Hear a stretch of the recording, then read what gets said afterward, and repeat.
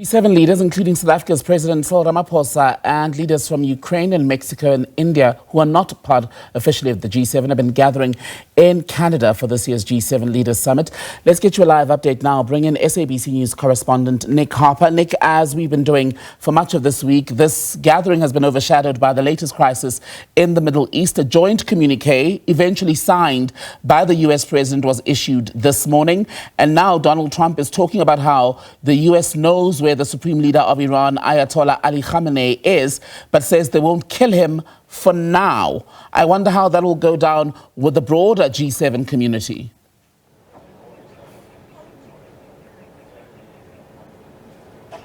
Well, it's certainly not that sense of de-escalation that was pushed in that joint statement put out by the G7 leaders. In that statement, they were looking towards de-escalating rather than inflaming. I'm sure the other G7 leaders are looking at those social media posts by Donald Trump and really feeling that that was not quite in the spirit of what they discussed during yesterday's talks and what they were hoping to achieve with that statement. But I guess we are now in that strange position of trying to work out what is in Donald Trump's mind and what his next actions might be. Those social media posts, 3 of them in total in quick succession, ultimately calling for an unconditional surrender of Iran.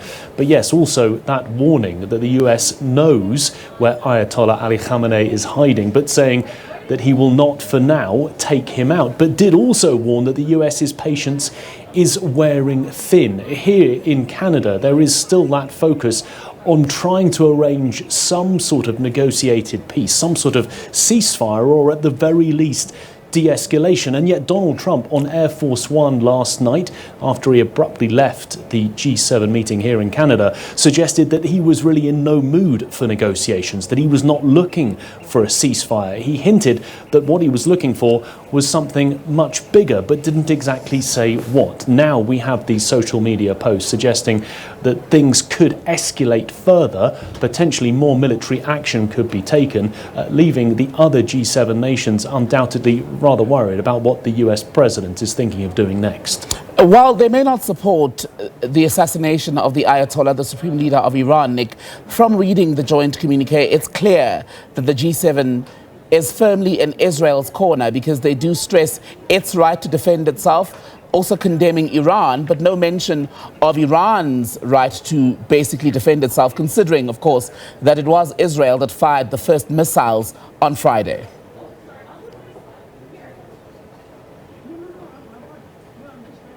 Well, exactly. There is, I would think, worth pointing out, there is one slight concession to the Palestinian people in that statement. Although it was largely focused on the Iran-Israel flare-up, they did also mention that they hoped there would be de-escalation in the wider region, and they said that that includes a ceasefire in Gaza. So some concession at least to a non-Israel party, but certainly no suggestion in that statement there about Iran's right to defend itself. But it did call for the protection of civilians on all sides and reiterated that position that the G7 nations have all held, that Iran can never have a nuclear weapon. So I think that is at the base of all of that real concern that Iran, using nuclear technology, is moving its way towards the development of a nuclear weapon. Of course, Iran throughout has said that its nuclear enrichment is all for civilian purposes. And yet G7 nations,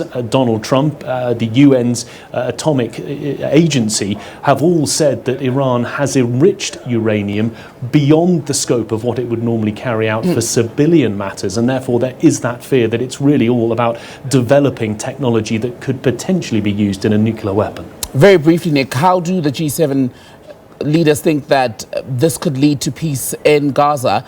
Because ultimately, Israel believes that Hamas in Gaza, Hezbollah in Lebanon are proxies of the Iranian government.